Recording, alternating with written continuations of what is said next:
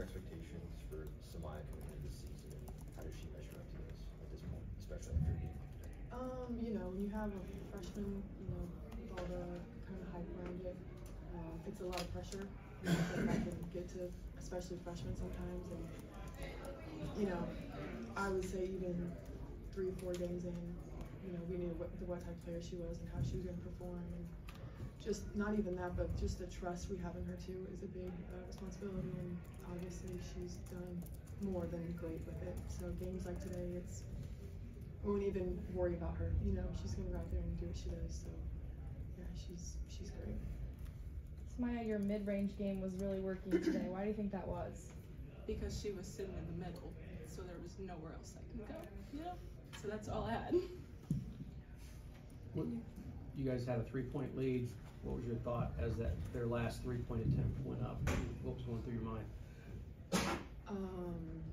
To tie the game in the last second. Just no way that would go in. Just no. It was too far. It was too rushed. Like, it was a great setup because I mean, you know, that's how the game went and just how close it was. But I was just like, we worked too hard for this to fall right now. Mind you, I almost stole it too, and I would have been personally just so mad. But yeah. And then I didn't really realize that like the game was over. Like the buzzer went off. I was like, oh, thank God, we're done. So for sure, yeah. Can you guys talk about how different this $100 showdown was versus the last one with both Twin and Laker in the game? Yeah, at K-State, I mean, obviously this one felt different for us because home is better, but yeah, that was definitely a different game plan, a different pace of the game too. I think it was a lot of emphasis on both of them.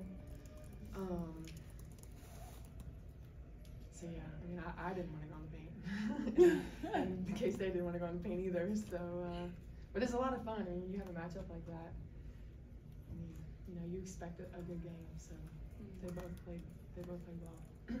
What about that second quarter when Denai had to play quite a few minutes on lead? The performance that she had there, kind of helping to keep up that defensive performance. Yeah, honestly, we trust in Pops. We call it Pops, sorry.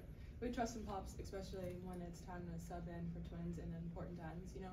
And I feel like she gives all she can, and sometimes a foul is a good foul.